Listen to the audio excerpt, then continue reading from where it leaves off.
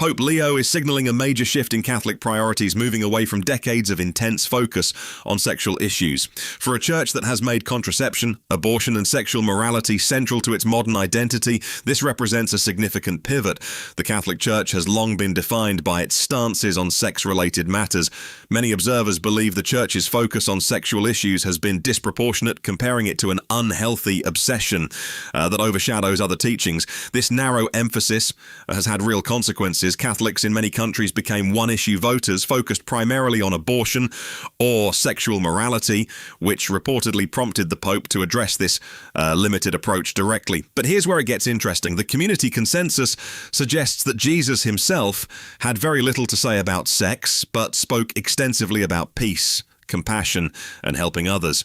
In the grand scheme of Christian teaching, sexual issues are relatively minor compared to genocide, war, fascism, and slavery. Yet these latter concerns have received far less institutional attention than bedroom behavior. This isn't the first time a pope has considered changing course. Back in 1978, Pope John Paul I showed support for dropping the Catholic ban against contraceptives. However, he died barely a month after his election, and any potential reforms died with him.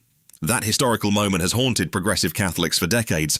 Now, Pope Leo is attempting what his predecessor couldn't complete. He's signaling that the Church should redirect its energy toward broader moral concerns rather than maintaining its intense scrutiny of sexual behavior. The shift acknowledges that the current focus may have distorted Catholic priorities and reduced complex moral teaching to a handful of polarizing issues. The greater question, as many in the community point out, is whether Catholics will actually listen. Decades of messaging have embedded these priorities deeply.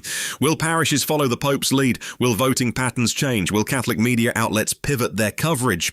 The institutional momentum behind the current focus is substantial, and changing direction won't happen simply because the Vatican signals a new emphasis. So Pope Leo is attempting to move the Church away from its defining obsession with sexual morality and back toward broader ethical concerns. Whether the millions of Catholics worldwide will follow his lead remains the real test. What do you think will prove harder? Changing official Church teaching or changing what Catholics actually care about?